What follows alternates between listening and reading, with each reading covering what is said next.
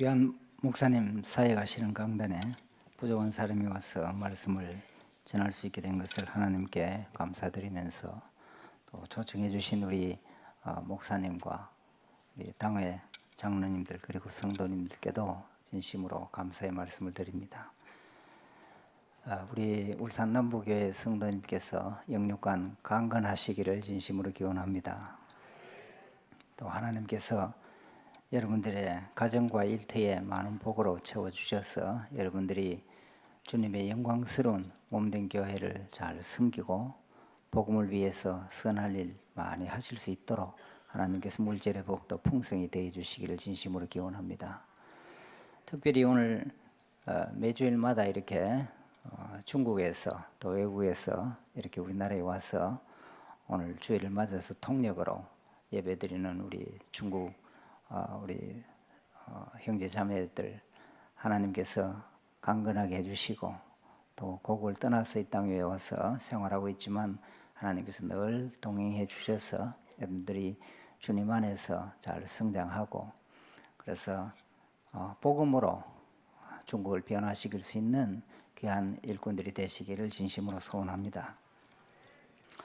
오늘 이 본문 말씀에 기초해서 결실 맺는 그런 명령이라 그런 제목으로 말씀을 전하면서 함께 은혜를 나누고자 합니다. 우리는 오늘 본문 특별히 16절에서 이 18절 말씀 항상 기뻐하라 쉬지 말고 기도하라 범사에 감사하라 이것이 그리스도 예수 안에서 너희를 향하신 하나님의 뜻이니라 하나님의 뜻이 이런 것이다.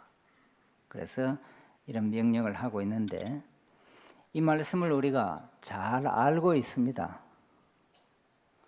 특별히 이 말씀은 문법적으로 보면 명령형으로 되어 있습니다. 이렇게 하라는 것입니다. 주님의 명령입니다. 자, 그런데 우리가 조금 생각해 보면은 이런 내용들이 어떻게 과연 명령이 될 수 있는가 하는 그런 생각을 해볼 수가 있습니다. 그냥 감사하라는 것도 아니고 범사에 감사하라 항상 기뻐하라 또 쉬지 말고 기도하라 어떻게 우리가 항상 기뻐하고 쉬지 않고 기도하고 모든 것에 있어서 감사할 수가 있겠습니까? 혹시라도 우리 주님께서 항상 기뻐하라 하는 그런 명령 대신에 기뻐할 일이 있을 때는 좀 기뻐해 봐라 기쁨을 좀 표현해 봐라 이런 식으로 명령한다고 한다면 지키기가 좀 쉬울 것 같아요. 특별히 우리 경상도 부부들에게 기뻐할 일이 있을 때는 좀 표현 좀 해봐라. 남자들에게 항상 아들 어디 갔노? 밥 먹나? 불 꺼라 자자 이렇게만 이야기하지 말고 기뻐할 일이 있을 때는 좀 기뻐해봐라. 남자들에게만 그렇게 이야기하는 것이 아니고 또 경상도 여자들에게도 좀 해당되는 그런 말씀인 것 같아요. 좀 애교 있게 좀 해봐라 이런 표현을 한다고 한다면은 이 말씀 좀 그래도 좀 지키기가 좀 쉬울 것 같아요. 기뻐할 일이 있을 때는 이제 좀 기뻐해보자. 그러나 어떻게 이것이 명령이 될 수 있느냐? 기도에 대한 명령도 마찬가지입니다. 기도할 일이 있는 사람들은 또 어떤 강구할 필요가 있는 그런 사람들은 이제 좀 게으름 풀이 말고 나와서 기도 좀 해봐라. 기도 좀 해라. 이렇게 하면은 좀 지키기가 쉬울 것 같아요. 감사도 마찬가지 아니겠습니까? 어떻게 우리가 모든 것에 대해서 다 감사하면서 그렇게 살아갈 수 있냐? 이런 생각을 해볼 수가 있습니다. 그러니까 우리 4살 먹었나 5살 먹었나 우리 손자한테도 제가 4살 때인가 그때 항상 기뻐하라 쉬지 말고 기도하라 범사에 감사하라 따라해봐 항상 기뻐하라 하니까 딱 하는 말이 할아버지 항상 기뻐 못해 항상 기도 못해 말도 반말 놓으면서 그렇게 이야기하더라고요. 자, 이 세 가지 사실 명령이라고 하는 것이 있을 수가 없는 것인데 이것이 항상 안 되니까 명령으로 한다, 이렇게 해도 생각해 볼 수 있을 것 같아요. 안 되니까 명령하는 거 아니냐. 그러나 설령 그렇다 하더라도 명령을 해서 명령에 따라서 우리가 기뻐한다고 한다면 그것이 어떻게 진정한 기쁨이 될 수 있냐. 또 명령에 따라서 감사한다고 한다면 그것이 어떻게 정말 우리가 마음에서부터 우러나오는 그런 감사라고 할 수 있느냐. 그래서 이런 문제들을 염두에 두면서 이런 주님의 명령이 우리의 실제 삶에 있어서 결실을 맺는 그런 실제적인 우리의 삶으로 나타나는 명령이 되기 위해서 우리는 이 말씀을 어떻게 이해해야 될 것인가 하는 그런 내용을 생각하면서 함께 은혜를 나누고자 합니다. 먼저 우리는 바울이 데살로니가 교인들을 향해서 왜 기뻐하라, 항상 기뻐하라 그렇게 명령하고 있는지 그 배경을 한번 생각을 해볼 필요가 있습니다. 그래서 본문 12절의 말씀부터 보면은 형제들아 우리가 너희에게 구하노니 너희 가운데 수고하고 주 안에서 너희를 다스리며 구원하는 자들을 너희가 잘 알고 있지 않냐. 그분들을 알고 그들의 역사로 말미암아서 사랑 안에서 가장 귀하게 여기며 너희끼리 화목하라, 이렇게 바울은 시작을 합니다. 데살로니가 교인들을 향해서 서로 화목하라 는 것입니다. 그리고 지도자들이 얼마나 수고하는가 하는 것을 좀 알아라는 것입니다.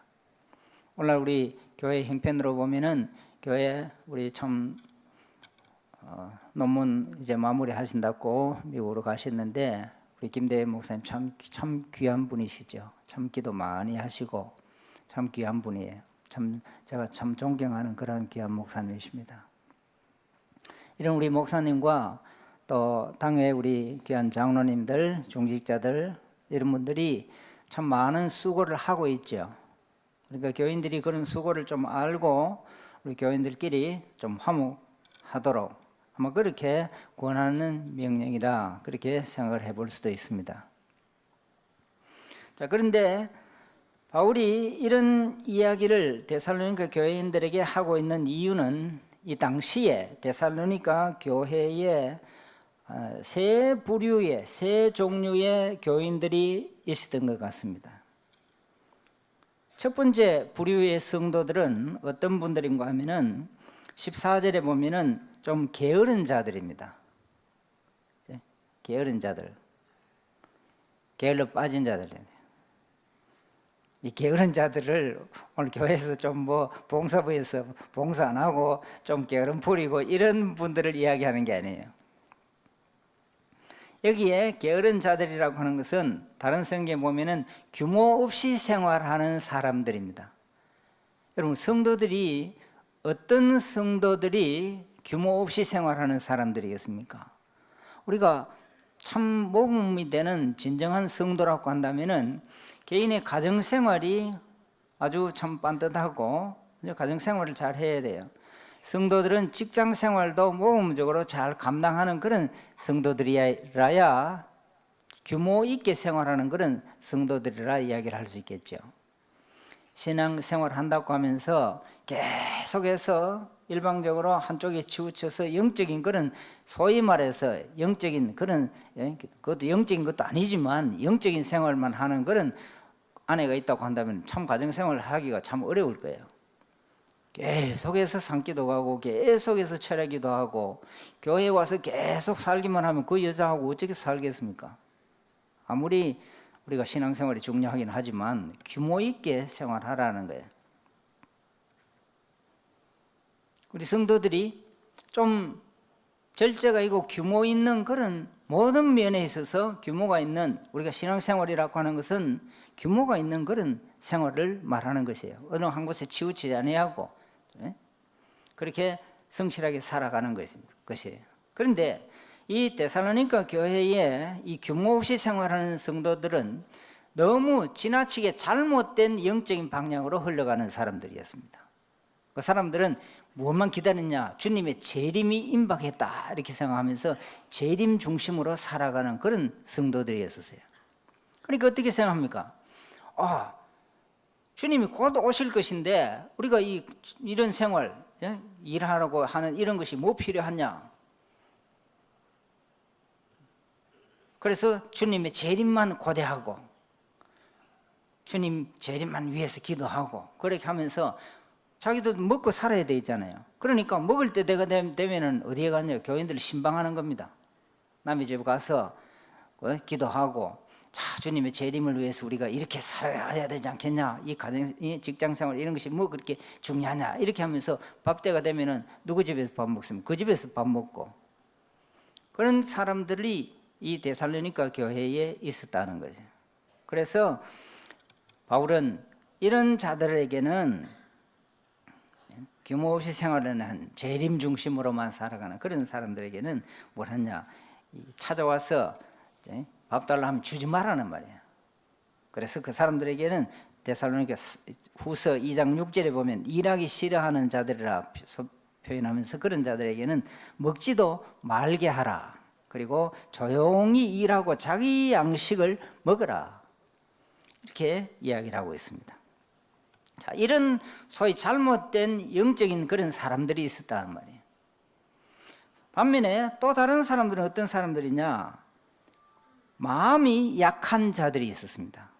이 마음이 약한 자들이라고 하는 것은 이 환난을 겁내는 사람들이었어요. 핍박을 겁내는 사람들. 이 당시에, 초대교회 당시에 이미 초대교인들이, 성도들이 많은 핍박을 받았습니다. 참 어려운 가운데 신앙생활을 하고 있었던 거예요. 그걸 잘 알고 있습니다. 그러니까 이분들은 또 어떤 생각을 하느냐? 재림할 당시, 주님께서 재림할 그때에 많은 환난이 성도들에게 닥칠 것인데 그것을 실제로 겁을 내는 겁니다. 다가올 환난에 대해서 겁을 내는 그런 사람들이었습니다. 그러니까 주님의 재림을 믿고 고대하기는 하는데 마음이 약해서 겁이 많은 그런 성도들, 참 신앙이 좀 약한 그런 성도들이죠. 이런 사람들이 있다. 여러분, 주님을 위해서 고난 당할 줄도 알아야 되고, 물론 고난이라고 하는 것이, 환난이라고 하는 것이 겁이 나죠. 우리가 주님에서 참 고문을 당하고 하는 것들은 그런 게 쉬운 일이 아니에요. 그것을 견디라고 하는 것이. 오늘 선교지에 많은 참 선교사님들과 선교지의 교인들이 경험하고 있는 그런 삶이죠. 우리 교회사를 읽어보면은 그런, 참 교회는 항상 핍박 가운데서, 고난 가운데서 교회는 성장해 왔고 복음은 전파되었다는 사실을 우리가 알 수 있습니다. 그런데 우리 힘으로는 감당하지 못해요. 성령께서 힘을 주셔야 돼요. 감당하게 하시는 분도 성령께서 감당하게 하시는 거예요. 우리는 참 겁을 낼 수밖에 없어요. 그러나 성령 하나님께서 이기게 하시는 성령 하나님께서 나에게 힘주시고 감당하게 하시면은 우리도 넉넉히 이길 수 있다는 확신을 우리가 가져야만 하는 것입니다. 또 다른 부류의 성도들은 어떤 사람들이었느냐? 힘이 없는 자들, 마음이 약한 자들도 있었고 힘이 없는 자들. 이 힘이 없는 자들은 어떤 사람들인가 하면은 참 주님의 재림도 믿지 못하고 신앙도 바로 서지 못하고 불신자와 똑같은 그런 사람이었어요. 믿는다고 하지만 아직 세상살이를 끊어버리지 못하는 그런 사람들입니다. 교회 나오기는 하는데 완전히 불신자처럼 이제 처음으로 이제 나오는 그런 사람들이었어요. 그런데 이 데살로니가 교회에 이 세 부류의 사람들 간에 서로 사이가 좋지를 못했었습니다. 불화가 있었어요. 그래서 12절에 13절에 보면은 이 평신도들에게, 교인들에게도 이제 부탁을 하는 겁니다. 부탁을 하면서 또 동시에 다스리며 구원면하는 분들, 교회 지도자들에게도 그런 부탁을 합니다. 자, 평신도들이 완전히 이렇게 세 갈래로 흩어져 있는데 다스리며 구원하는 소위 말하는 중직자들이 중간에 어중간하게 서 있어서는 안 된다는 거예요. 지도자들이 공정하게 관리를 하지 않으니까 평신들 사이에 서로 파가 생겨버린 것입니다. 지도자가 교인들을 대하는데 어떤 사람들의 말은 고지고식대로 그대로 믿어주고 어떤 사람들에게는 관심도 갖지 않고 불공평하게 대하니까 이 데살로니가 교회에 무엇이 없었냐? 기쁨이 없어진 것입니다. 그래서 사도 바울은 데살로니가 교인들에게 기쁨이 없는 그 교회를 향해서 항상 기뻐하라 이런 명령을 하고 있는 것입니다.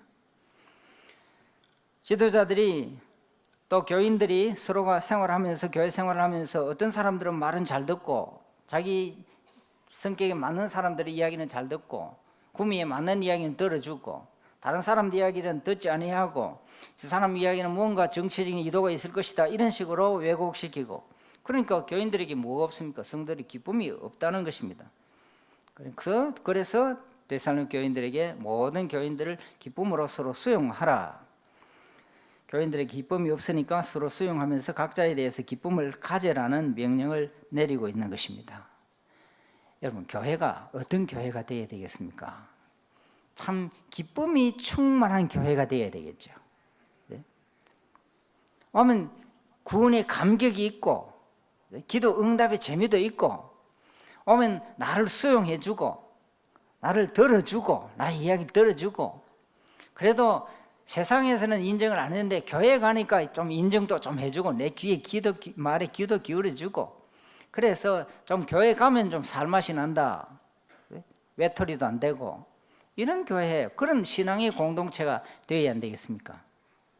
우리 울산 남부교회가 무엇보다도 구원의 감격, 구속의 감격이 있고 기쁨이 충만한 교회가 되시기를 진심으로 소원합니다. 자, 그러나 우리가 다시 한번 생각을 해볼 필요가 있습니다. 교회 안에 이 데살로니가 교회 안에 세 부류의 이 사람들이 있었는데 수용하기는 해야 되는데 우리가 어떻게 그들의 관점이 다르고 신앙 태도도 다르고 신앙 생활도 다른데 그것을 그대로 수용하면서 기뻐할 수 있겠느냐는 말입니다. 그것은 불가능한 일이에요. 또 그래서는 안 되는 것입니다. 왜? 교회는 진리에 바로 서는 교회가 되어야 하기 때문에 그래요. 진리에 어긋나도 그러한 사람들을 그대로 받아들이면서 당신은 정말 재림 중심의 그런 생활을 하니까 우리가 또 받아들이자 이런 식으로는 해서는 견실한 교회가 되지 못한다는 거예요. 말씀에 기초한 교회가 되지 못한다는 겁니다. 교회는 진리 위에 세워져야 하는 거예요. 진리의 터 위에 건실하게 세워지는 교회가 되고 진리가 진리대로 선포되는 교회가 교회다운 교회라는 말입니다. 강단이 성도들을 위무하는 성도들이 어떤 방식으로 생활하든지 간에 위로해주고 복받을 수 있다고 하는 그러한 복음만 전한다고 한다면 그 교회가 어떻게 하나님 앞에 올바른 교회라고 할 수 있겠느냐는 거예요. 그렇기 때문에 강단은 말씀이 바로 선포되는 강단이 되어야 하는 것이고 성도들이 바로 그 선포되는 말씀이 올바로 선포되도록 기도해야 하는 이유가 바로 여기에 있는 것입니다. 그래서 바울은 이제 권면을 하기 시작합니다. 14절에 보면은 이렇게 하라는 거예요. 지도자들이 성도들이 이렇게 하라는 겁니다. 뭐 어떻게 하느냐? 게으른 자들은 권계하라. 권면하고 훈계하라는 것입니다. 가르치라는 것입니다. 다시 말해 신학적으로도 잘못된 것은 가르쳐 주라는 것입니다. 그런 사람들에게는 바로 가르치고 재림 중심 잘못된 영성 위주로 살아가는 그런 사람들에게는 건실한 그리스도인의 삶이 무엇인가 하는 것을 말씀을 통해서 바로 가르치라는 거예요. 그리고 마음이 약한 자들, 환난을 겁내는 그런 사람들 있잖아요. 그런 사람들은 참 성령 하나님께 힘을 주시면 감당할 수 있다. 그렇게 안위하고 격려해 주라는 거예요. 그럼 우리 성도들 중에 격려를 필요로 하는 격려를 받아야 하는 그런 성도들도 많이 있다는 거예요. 그런 성도들에게는 가서 격려해 주고 위로해 주고 그 다음 힘이 없는 자들, 이 초신자들, 완전 불신자들 같은 사람들은 어떤 사람, 그런 사람들에게는 어떻게 했냐? 좀 붙들어 주라는 말입니다. 참 오래 참고 그런 사람들을 향해서는 지나치게 높은 잣대를 가지고 교회 문턱을 세워갖고 높이 세워갖고 비판하고 그렇게 정죄하지 말라는 겁니다. 여러분, 교회가 서로를 향해서 정죄하는 그런 교회가 되면 안 되겠죠. 맨날 교회 오면 저 사람 뭐 안 한다, 저 사람 뭐 안 한다 이렇게만 정죄하면은 어떻게 하겠습니까? 저 사람은 11조도 안 하고, 저 사람은 기도 생활도 안 하고, 저 사람은 새벽기도도 안 나오고, 아직까지 그런 상황에 이르지 못하는 성도들이 있는데, 신앙의 수준이, 그런 신앙의 수준이 얕은 사람들에게는 정죄하는, 판단하는 잣대를 들이대기보다는 붙들어주고 관대하게 참고 그렇게 하라는 것입니다. 예를 들어서 불신 가정에 남편이 참 술 먹고 이렇게 하는데, 사회생활 하는데 교회 참 잘 안 나오려고 그래요. 총동원 주일하고 이렇게 해서 아내가 교회 한번 나가자 이래서 참 교회에 오도록 이렇게 했었습니다. 근데 집에 가자마자 당신 오늘부터 교회 가서는 술 끊고 담배 끊고 11조 하고 뭐 이렇게 하면은 그 남편이 어떻게 교회 나오겠어요? 그런 남편에게는 오히려 당신 오늘 교회 나오는 것매도 장한 일이다, 오늘 한 잔 사줄게 그러면서 정종이나 정종이나 마셔보지는 않았습니다만 따뜻하게 데운다 그래야 돼. 이렇게 데워갖고 이렇게 이렇게 반찬 좀 안주하고 이렇게 해서 한 잔 대접 잘해주고, 당신 오늘 진짜 나왔기 때문에 이 한 잔 해주는 거다. 다음 주에 나오면 더 잘 해줄게. 그리고 다음 주에 나오면 또 한 잔 사주고, 그 다음에 오면 또 한 잔 사주고, 이렇게 하다 보면은 신앙이, 그래서 말씀은요 역사하는 거예요. 여러분, 나오기만 하면요, 목사님이 말씀을 전하기만 하면, 그래서 선포라는 것입니다. 말씀은 선포되기만 하면요, 하나님께서 성령을 통해서 그 다음 역사하는 거예요. 그래서 변화가 있게 되어진다는 거예요. 그래서 변화가 있고, 하나님이 사랑하시면 또 성장해지면은 그 다음에는 스스로 어떻게 하겠어요?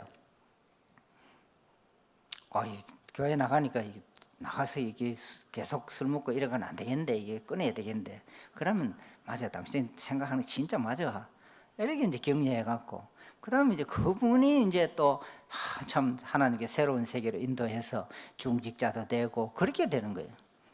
그러니까 우리가 항상 잣대를 가져가는 데 있어서 조심을 해야 된단 말입니다. 물론 당회원 이미 중직자가 된 사람이 자꾸 퍼마시고 이러면은 안 되겠죠. 그러면 진짜 정죄해야 되겠죠. 예? 앞에 나오는 그런 규모 없이 생활하는 그런 사람들은 수용하면 안 된다는, 그런 사람은 진리 잣대를 갖다 대야 된다는 말이에요.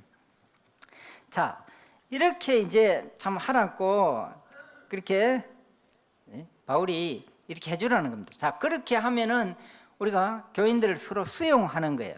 서로를 인정해 주는 거예요. 그들의 신앙생활에 맞게. 그렇게 되면은 교회에 무엇이 있단 말입니까? 기쁨이 있으시게 된다는 말이에요. 교회에 활력이 있고, 교회에 화평이 있고, 재미가 있게 되어진다는 말입니다. 자, 그런데 이렇게 하기 위해서 바울은 필요한 것이 있었다, 필요한 일이 하나 있다, 그렇게 보았던 겁니다. 그것이 바로 어디에 나오느냐? 본문 16절에 보면은 항상 기뻐하라, 그리고 17절에 보면은 쉬지 말고 기도하라, 그렇게 기도하라는 명령을 내리고 있는 것입니다. 성도들의 신앙적인 성숙을 위해서 기도해 주라 하는 것입니다. 성도들이 성도들을 위해서 참 진리에 바로 서고 환난을 겁내지 아니하고 성령 하나님의 능력에 의지하고 그렇게 살아가면서, 또 이제는 관대하면서 그렇게 신앙생활 잘 하도록 기도하라는 것입니다. 데살로니가 교인들이 약해서 이런저런 부류의 사람들이 있긴 하지만, 그 사람들을 위해서 진정으로 기도할 수 있다고 한다면은 좀 속이 상해도 기쁨으로 그 사람을 수용할 수 있다는 것입니다. 모든 교인들을 기쁨으로 수용해야 하는데, 그렇게 하자면은 뭐가 있어야 되냐? 기도가 선행되어야 한다는 것입니다. 여러분, 기도하는 교회가 기쁨이 있는 교회로 성장하게 되어진다는 사실을 아시기 바랍니다.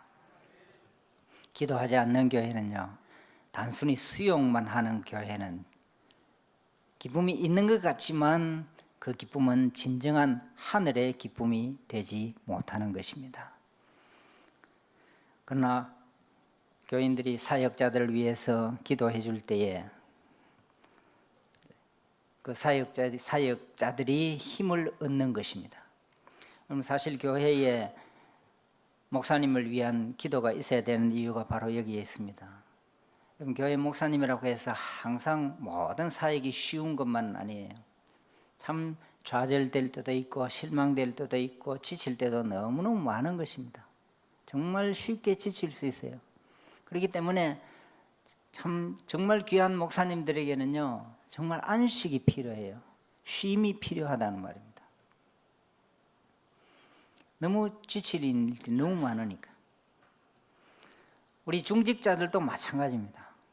여러분들이 교회에 우리 장로님들, 또 집사님, 왕수 집사님들 이런 중직자들, 또 각 부처에서 수고하시는 이런 중직자들을 보면서요, 너무 쉽게 생각하면 안 돼요.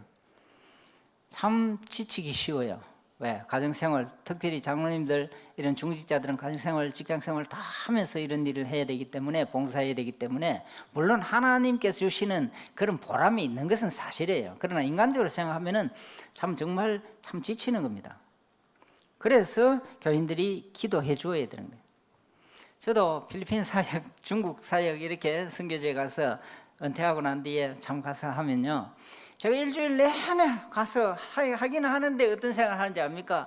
내가 뭐 때문에 일하고 있냐? 네? 내가 뭐 때문에 일하는, 내가 얼마든지 내가 쉽게 재미있게 참 편하게 지낼 수 있는데 내가 왜 이러냐?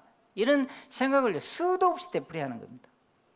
특히 저는 목회하는 사람이 아니잖아요. 그러니까 내가 좀 해주고 싶은 그런 것도 내가 제대로 할 수가 없는 일들이 많이 있어요. 그래서 그만두고 이제는 막 미국 가서 내가 재밌게 좀 쉬어야 되겠다. 우리 딸도 아빠 왜 은퇴하고 난 뒤에 왜 그래 하고 해서 이제 와서 이제 우리 애하고 같이 지내고 자꾸 그래 하자 이런 유혹을 많이 해요. 그러나 그때마다 또 하나님께서 도움의 손길을 붙여줘 갖고 격려받게 하고 일어서게 하고, 그래서 감당해 가는 거예요. 우리 울산 남부교회도 우리 성도들 중에 우리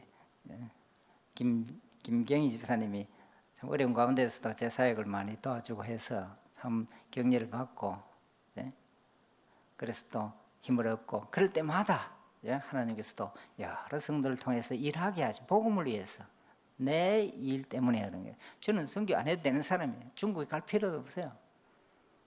필리핀에 갈 필요도 없고 아프리카에 갈 필요도 없어요.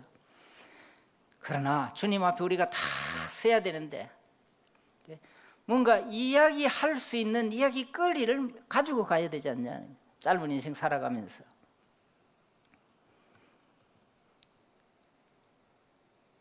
그래서 뭐가 필요하냐? 기도가 필요하다는. 여러분, 울산 남부교회가 우리 목사님을 위해서 진정으로 지치지 않도록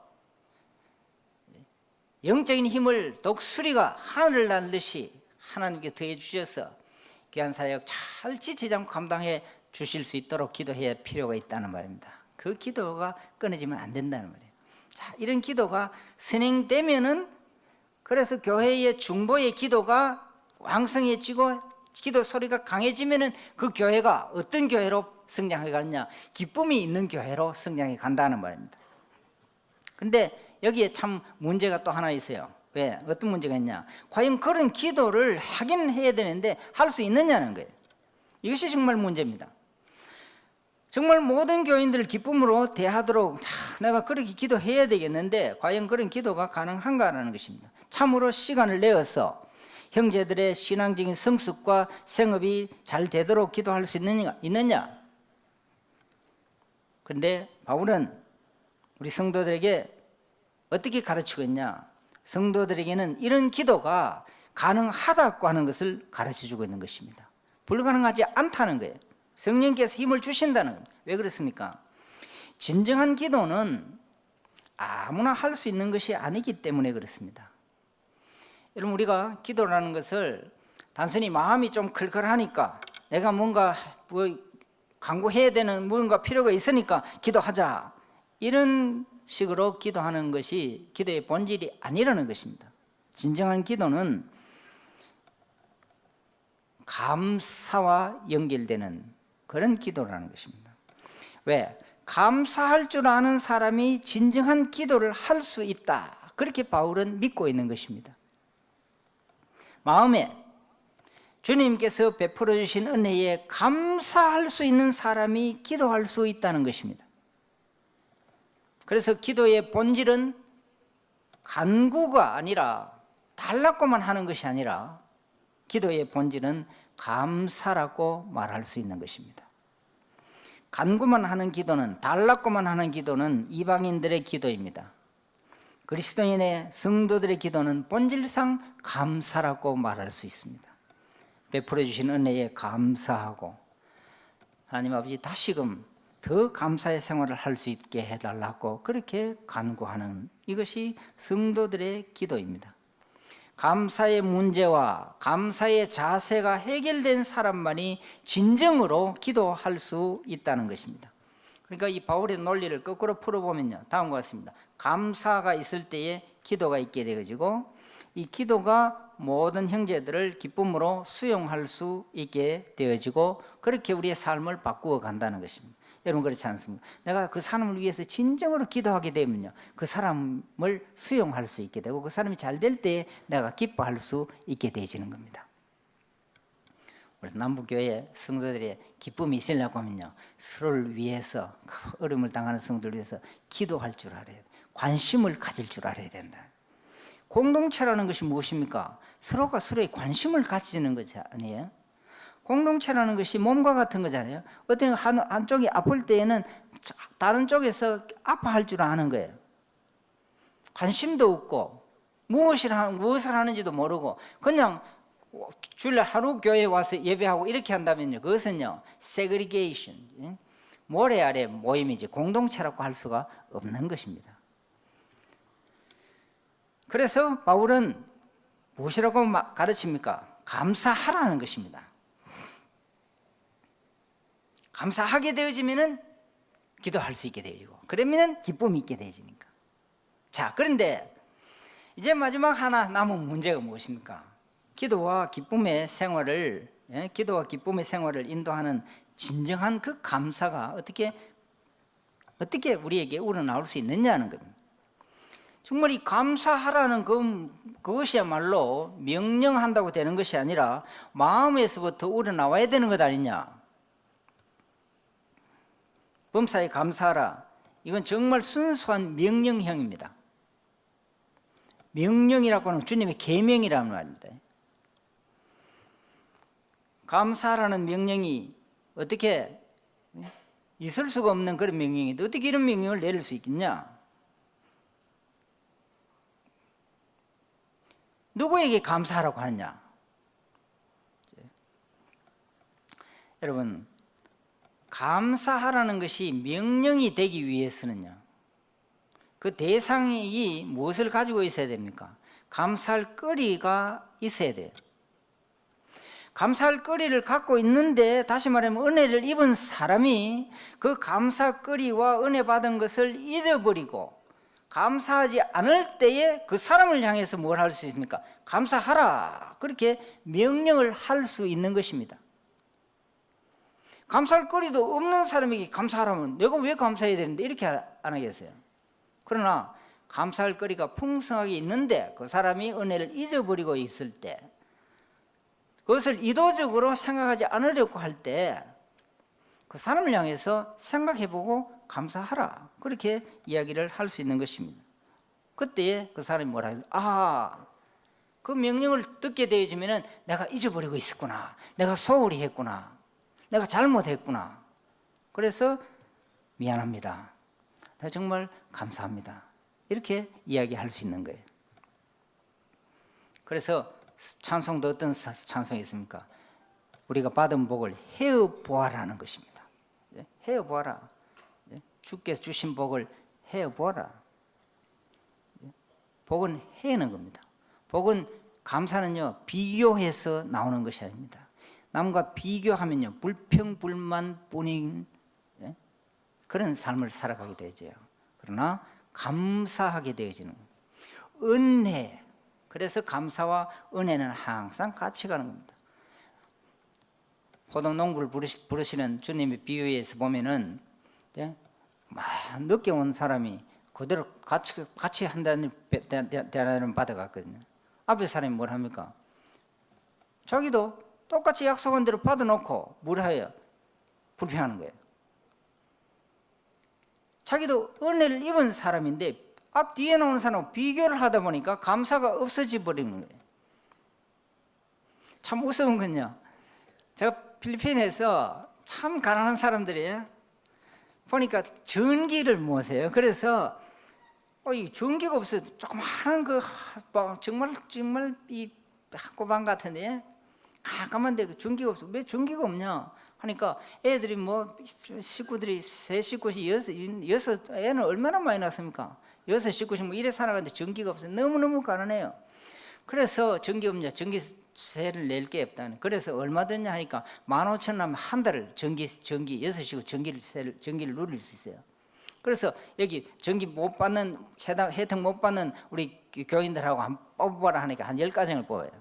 그래서 15만 원 하면 한 달을 10가정 한 달을 전기 줄 수 있으니까. 그래서 제가 바로 전기 넣어주라. 그래서 그때 같이 가는 우리 동래절교 유현주 목사님이 15만 원 내고 그 다음 달 제가 15만 원 이런 식으로 이제 해갖고 전기를 주는 거예요. 그런데 그 10가정을 이제 내가 이 사람들이 진짜 감사하나 안 하나 한번 알아봐야 되잖아요. 그리고 교회에 나오도록 해야 되니까 또 교회 아닌 교인들도 있으니까 그래서 이제 10가정을 다 교회에서 모았어요. 2가정은 안 왔어요. 그러니까 이 8가정이 저보고 뭐라는가 하면 unfair하다니. 그래 내가 놀라서 뭐가 불공평하냐 그러니까 다른 두 가정은 교회도 안 나오고 이제 주일날 포카놀이하고 술 마시고 이러는데 왜 전기 주느냐는 거예요. 그런데 어이가 없어갖고 저거가 이야기할 게 아니에요. 저는 그 사람들에게 전기를 공급해 주는 이유가 어두운 데서 물리적으로 어두운 데서 전기가 들어오니까 우리가 편안한 참 밝은 세상에 나와서 참 좋다 이렇게 생각하면서 동시에 영적으로 복음이 없는 그리스도가 없는 그런 어두운 캄캄한 삶에서 이제 교회에 나와서 복음의 밝은 삶을 살도록 그런 의미를 느끼도록 그래서 이제 교회에 나오도록 그래서 이제 소위 미끼를 던지는 것인데 그러면 참아야 되잖아요. 그래서 목사님이 가서 이제 사역하고 하면 되는데 그런데 왜 그런 사람들에게도 전기를 주느냐는 거예요. 내보고 그 8가지. 그래 내가 어이가 없어갖고 이게 포도농부에 앞에서 나오는 그 은혜 받는 사람하고 똑같은 인간들이구나 싶은 그런. 참 가난한 사람들은 가난한 대로 악을 행하고 그런 바에는 차라리 부자가 악을 행하는 게 더 낫겠다 싶은 생각도 들 정도더라고요. 여러분 우리가 비교하면 앞에 사람들이 사랑이 있으면 앞에 사람들이 뒤에 전기 받는 그 사람들이 자기 가족이라 생각하면 그건 불평하겠습니까? 그러니까 하나님의 나라는 사랑이 지배하는 나라라는 것을 은혜가 지배하는 나라라는 것을 우리 주님께서 비유로 그렇게 가르쳐 주시는 거예요. 감사한다는 것은 비교하는 생활을 하는 게 지금 하나님께서 나에게 베풀어 주신 이것을 내가 잊어버리고 있었구나. 그래서 명령을 받을 때에 정말 감사해야 되겠구나. 주님 앞에 나와서 감사해야 돼요. 그래서 바울은 데살로니가전서 1장에서 보면요 뭘 하느냐, 데살로니가 교인들이 감사해야 될 감사의 거리를 쭉 열거해 주는 겁니다. 그래서 1장 2절에 우리가 너희로 말미암아 항상 하나님께 감사하며 기도할 때 너희를 기억하면 너희가 이러이러한 사람들이기 때문에 우리가 감사한다. 그리고 너희가 이런 은혜를 입은 사람들이다. 그래서 너희가 감사의 거리를 갖고 있으면서도 감사의 생활을 잊어버리고 있는 이런 상황에서 감사하라, 그런 명령을 내리고 있는 것입니다. 사랑하는 성도 여러분, 데살로니가 교인들만 감사의 거리를 갖고 있습니까? 오늘 우리도 우리의 가슴 속에도 엄청난 감사의 거리가 간직되어 있습니다. 가장 중요한 것은 죄와 허물로 죽었던 우리를 살려주시고 하나님 아버지 자녀 삼아주신 것, 이것은 그리스도를 통해서 이루가신 하나님의 뜻이었습니다.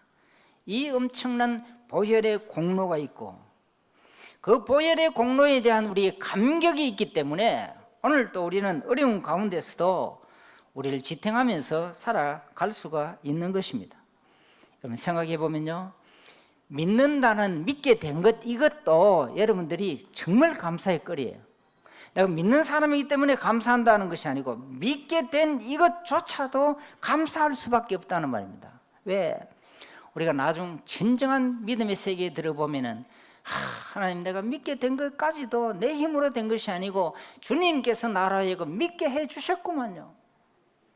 믿게 해주신 이도 주님이시구만요. 그래서 우리는 감사할 수밖에 없는 것입니다. 앞서 제가 이야기한 필리핀의 그 전기 혜택 받는 사람들 있죠.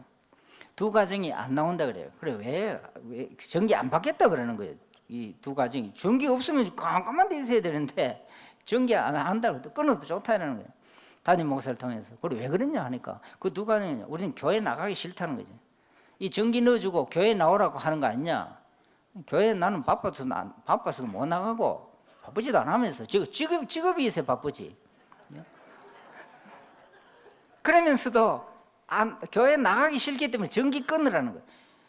교회 안 나오려고 아이까지 보면 조그마한 애들이 젖먹이 애까지 그 캄캄하게 있는데 교회 안 나오려고 전기 끊으라는, 이렇게 못된 인간이 어디시군요.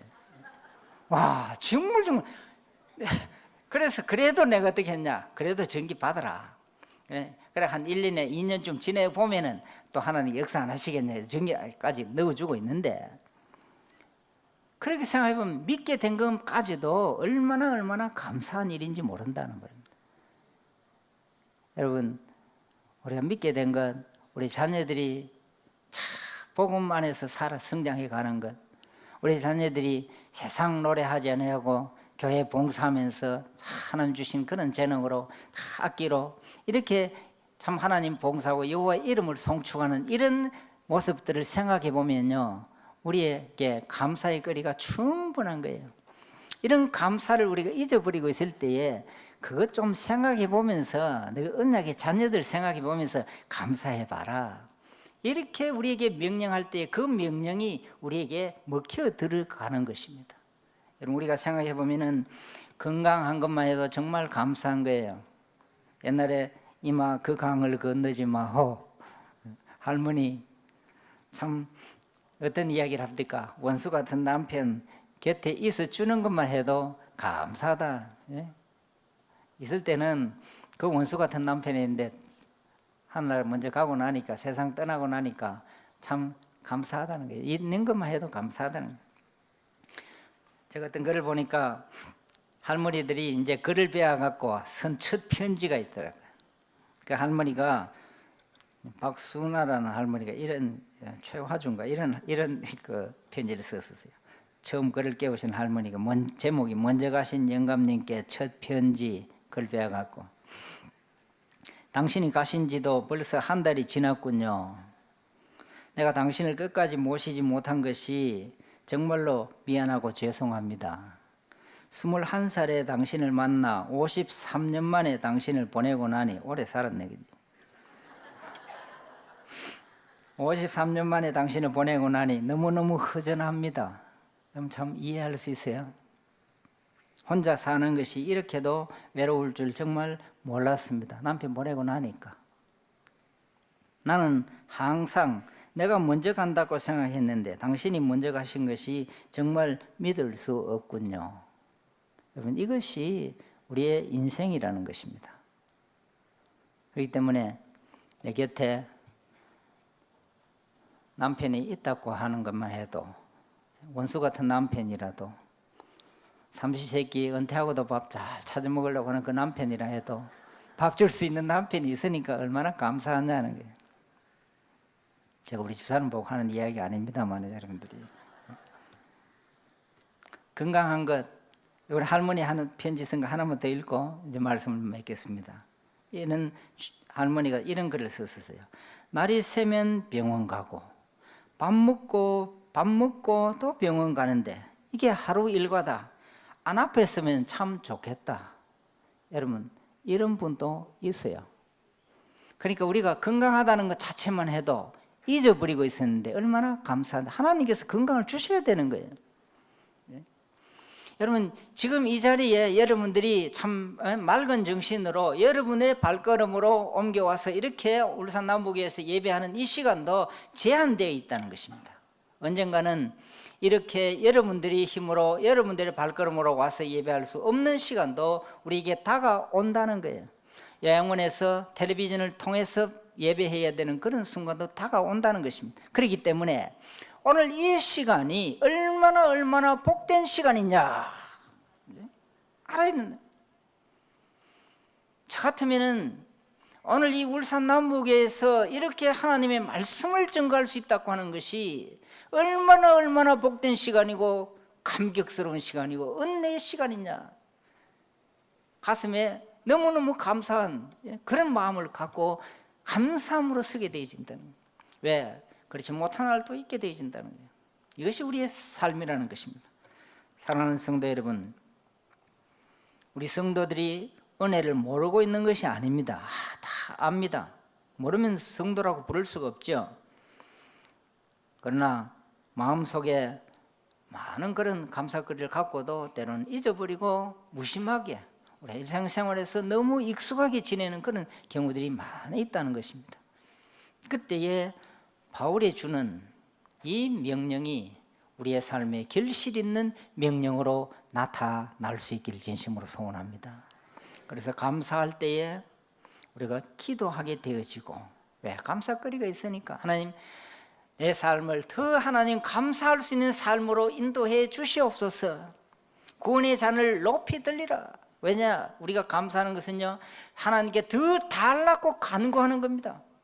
이것이 진정으로 우리가 하나님 앞에 더 달라고 하는, 이것이 진정한 감사의 방법이에요. 기도의 재미를 아는 자가, 아는 성도가 더 달라고 부를 수 있는 것입니다. 부르짖을 수 있는 거예요. 그때 하나님께서 내 잔을 높이 들리라 채워주시는 것입니다.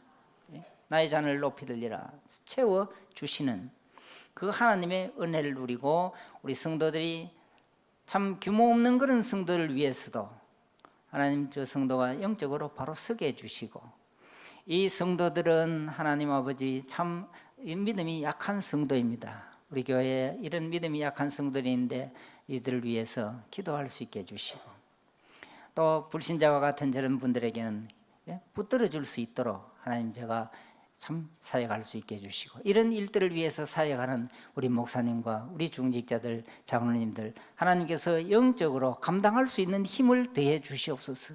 이런 기도가 있게 되어지면요, 우리의 삶이 풍요해지고 우리 교회가 기쁨으로 충만해지는 그런 교회로 성장해 갈 수 있게 되어지는 것입니다.